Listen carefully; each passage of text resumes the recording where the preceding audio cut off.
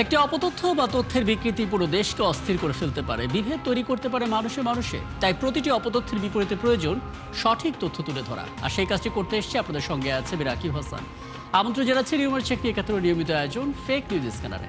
এবং আজ আমাদের সঙ্গে আছেন অস্ট্রেলিয়ার ম্যাকুরি ইউনিভার্সিটির অধ্যাপক মোস্তফা মঞ্জুর হাসান এবং আছেন মানসিক রোগ বিশেষজ্ঞ ডাক্তার মেখুলা সরকার।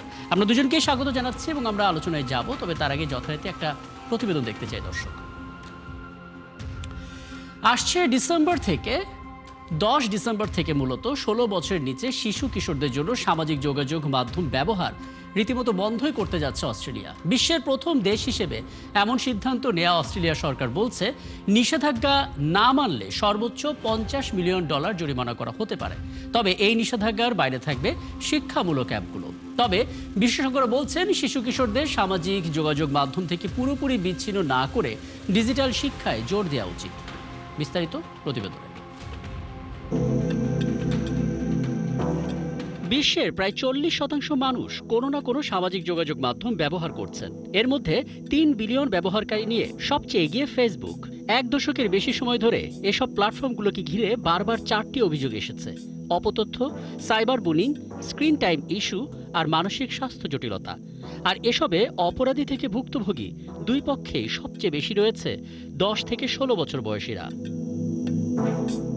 এমন বাস্তবতায় অস্ট্রেলিয়া সরকার নির্দেশনা জারি করল, 10 ডিসেম্বর থেকে 16 বছরের নিচে কেউই সোশ্যাল মিডিয়া ব্যবহার করতে পারবে না।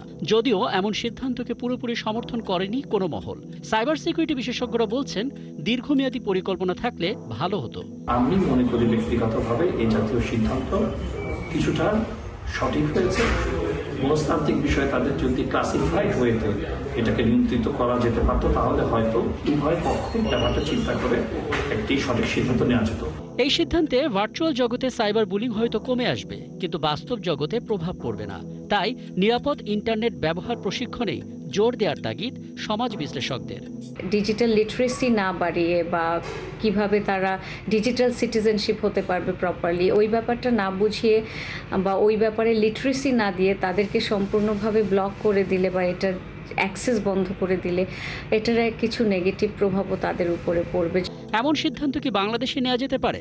অস্ট্রেলিয়ার শিক্ষাবিদরা মনে করেন, বর্তমান বাস্তবতায় বাংলাদেশের জন্য সেটা চ্যালেঞ্জিং হবে।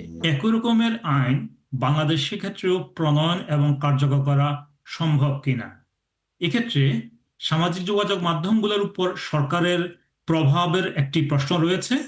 এছাড়া আমাদের বয়স যাচাইকরণ প্রযুক্তির কার্যকারিতা নিয়েও একটি প্রশ্ন থেকে যায়। এই অবস্থায় অভিভাবকদের সচেতনতা এবং তাদের কার্যকর ভূমিকাই অনেক বেশি গুরুত্বপূর্ণ। সোশ্যাল মিডিয়াকে শৃঙ্খলায় আনার পাশাপাশি মানসিক স্বাস্থ্যের দিকে নজর দেওয়ার পরামর্শ বিশেষজ্ঞদের। রাকিব হাসান, ৭১। আমরা প্রতিবেদনটা দেখলাম এবং একটা ধারণাও পেলাম। একটু আলাপ করতে চাই। আজ আমাদের সঙ্গে আছেন অস্ট্রেলিয়ার ম্যাকুরি ইউনিভার্সিটির অধ্যাপক মোস্তফা মঞ্জুর হাসান এবং আছেন মানসিক রোগ বিশেষজ্ঞ ডাক্তার মেখুলা সরকার। দুজনকে স্বাগত জানাচ্ছি। এবং অধ্যাপক মোস্তফা মঞ্জুর হাসান, আপনাকে দিয়ে আলাপটা শুরু করতে চাই।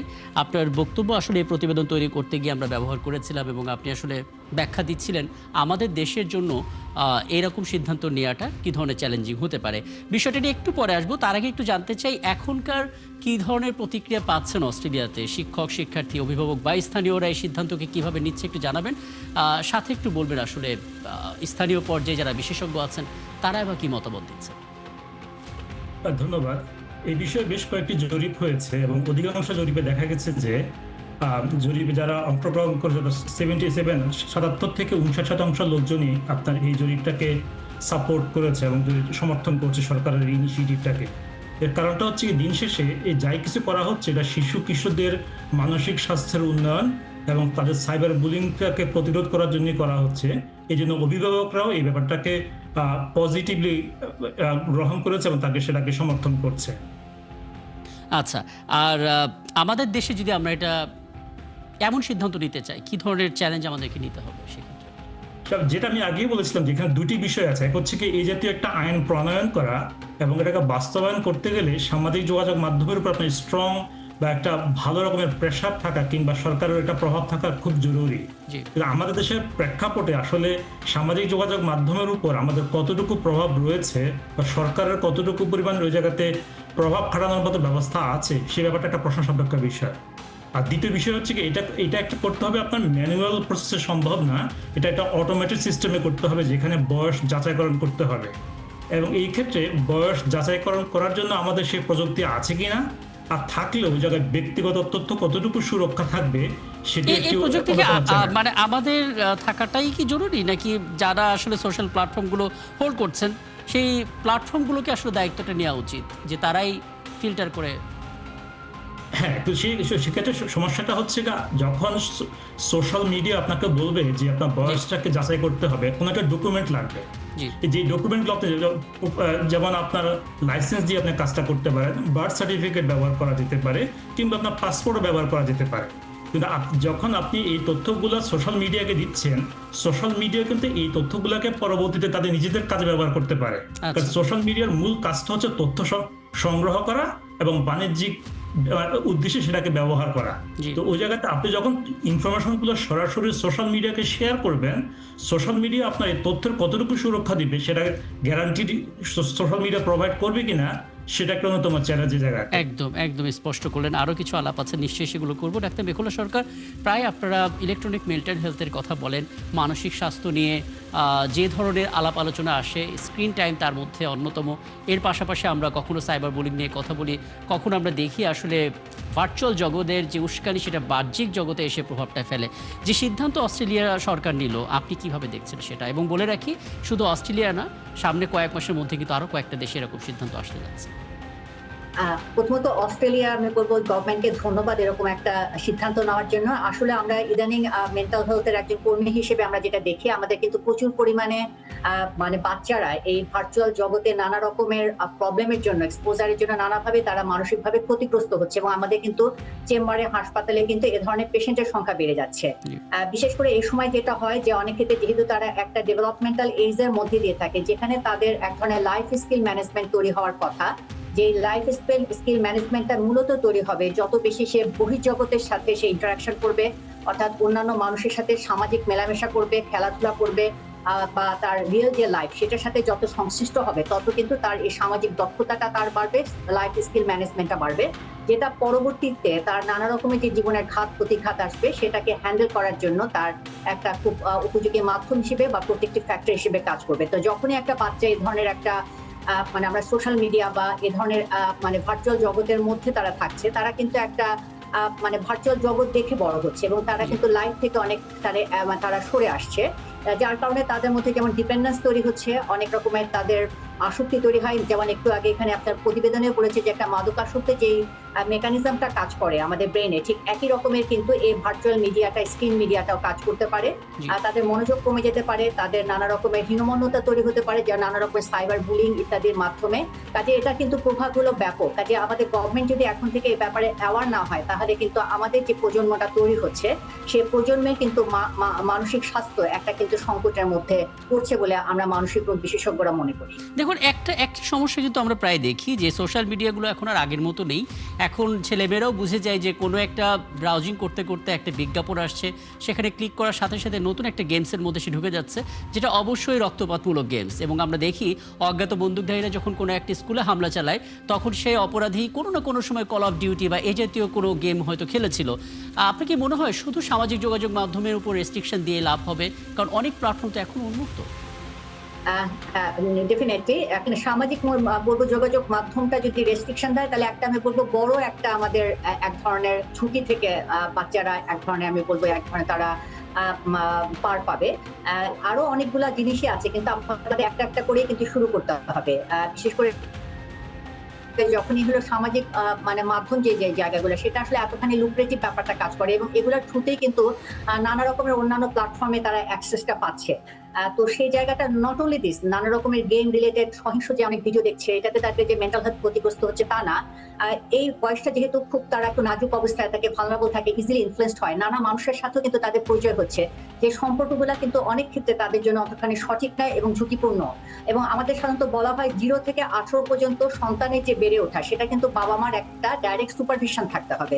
তো সামাজিক মাধ্যম বা আমাদের যখন হলো ল্যাপটপ বা মোবাইল আমরা ব্যবহার করি, সে ব্যবহারটা এমন হয় যে সেখানে কিন্তু প্যারেন্টস ঠিক মতো করে তাকে সুপারভাইজ করতে পারে না, বাচ্চা কার সাথে কথা বলছে, কোথায় আছে, আচরণ করছে, কোন সাইটে যাচ্ছে, সেটা কিন্তু বাবা মার পুরোপুরি আনঅ্যাওয়ার থাকছে। তো সেক্ষেত্রেও কিন্তু বাচ্চারা একটা ঝুঁকির মধ্যে থাকছে। একদম। আমি এখানে অধ্যাপক মোস্তফা মঞ্জুর হাসান আপনার মতামত একটু জানতে চাই। আমরা আসলে বলছিলাম যে আমাদের দেশে এইরকম কোনো সিদ্ধান্ত নিতে যাওয়ার ক্ষেত্রে চ্যালেঞ্জ কি, আপনি খুব চমৎকার করে ধারণা দিলেন। বুঝলাম আসলে ঠিক এই মুহূর্তে আমাদের সেই সক্ষমতা জায়গা নেই। বিকল্প আসলে কি হতে পারে? ডিজিটাল লিটারেসির কথা আমরা জানি, আমাদের বাবা মাদের সচেতনতার কথা আমরা বলি, কিন্তু সেই জায়গাটা তো তৈরি করতে হবে। সেটা রাষ্ট্রের দায়িত্ব আছে, ব্যক্তি সচেতনতা আছে, অ্যাওয়ারনেস ক্রিয়েট করার বিভিন্ন স্টেক হোল্ডার আছে। কীভাবে আসলে হতে পারে সেটা? আসলে এখানে দুটি স্ট্যাটিস্টিক্স আমি দিতে চাচ্ছি। একটা হচ্ছে কি আপনার রিসেন্ট একটা জরিপে দেখা গেছে যে বাংলাদেশের 30% শিশু কোনো না কোনোভাবে সাইবার বুলিংয়ের শিকার হয়েছে, এবং যেটা গ্রামীণ শিশুদের ক্ষেত্রে 59% চেয়ে বেশি। তো এটা ইন্ডিকেট করে যে আসলে এই বিষয়টা খুব একটা শহর এবং গ্রামের মধ্যকার ডিফারেন্সটা খুব বেশি বড় না, বাট এটা সবার জন্য ইম্পর্টেন্ট। আর এই বিকল্পটা কি, যদি যেটা আসে সেটা হচ্ছে কি বিকল্পটা শুরু হতে হবে পরিবার থেকে।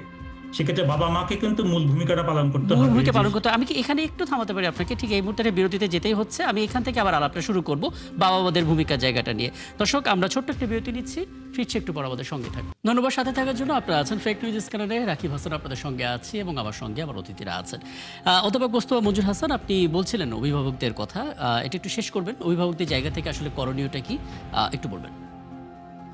ধন্যবাদ।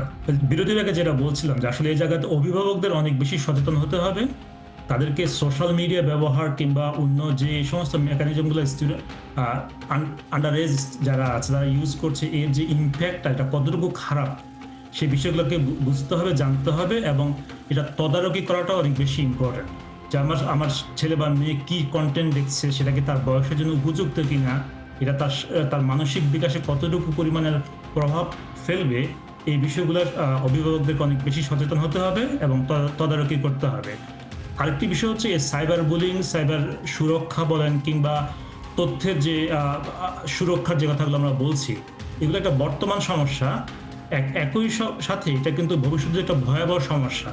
তো এই বিষয়টার যে একটা ইম্প্যাক্ট পড়বে, সেই বিষয়গুলোকে আগের থেকে রিয়েলাইজ করে এগুলোকে যদি পাঠ্যপুস্তকে অন্তর্ভুক্ত করা যায় এবং শিশু কিশোরদেরকে যদি এগুলা ডিজিটাল লিটারেসিটা ডেভেলপ করা যায়, এবং যদি নানা রকমের প্রোগ্রামের মাধ্যমে অভিভাবকদেরকে একইভাবে ডিজিটাল লিটারেসিটা ইমপ্রুভ করা যায়, তাহলেও হয়তো বা শিশুরা বা কিশোররা কিছুটা এই সমস্যা থেকে সুরক্ষা পাবে। চমৎকার। আমি এখানে সবশেষ ডাক্তার মেখুলা সরকার, আপনার একটা বিষয় একটু মতামত জানতে চাই। আমরা পুরো বিষয়টা যদি বাংলাদেশের প্রেক্ষাপটে বিবেচনা করি, তাহলে সোশ্যাল মিডিয়ায় যে 4টা অভিযোগের কথা বলা হচ্ছে, বাংলাদেশে আরও 2টো অভিযোগ আছে। সেটা হচ্ছে যে কিশোর গ্যাং তৈরি হচ্ছে এবং ডিজিটাল মব তৈরি হচ্ছে। আইন শৃঙ্খলা বাহিনীর দিক থেকে আসলে এই জায়গাটাতে করণীয়টা কি, সংক্ষেপে যদি একটু বলেন।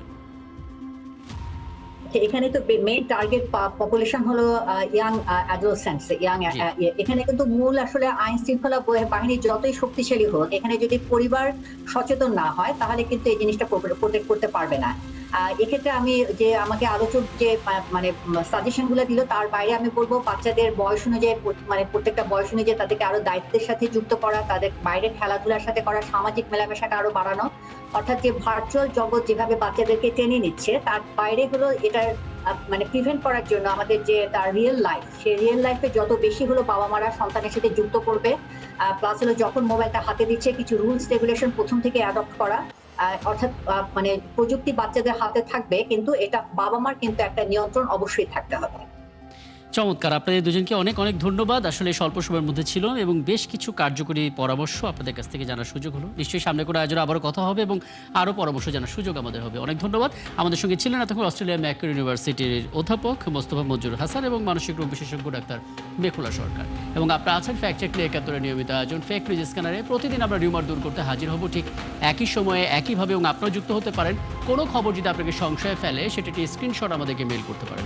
মেল আইডি দেখতে পাচ্ছেন fns.71tvgmail.com, এই ঠিকানায়। ফেসবুকে যুক্ত হতে পারেন facebook/fake news scanner, এই ঠিকানায়। আমরা সেই তথ্যের ফ্যাক্ট চেক করে আপনাদের জানাবো।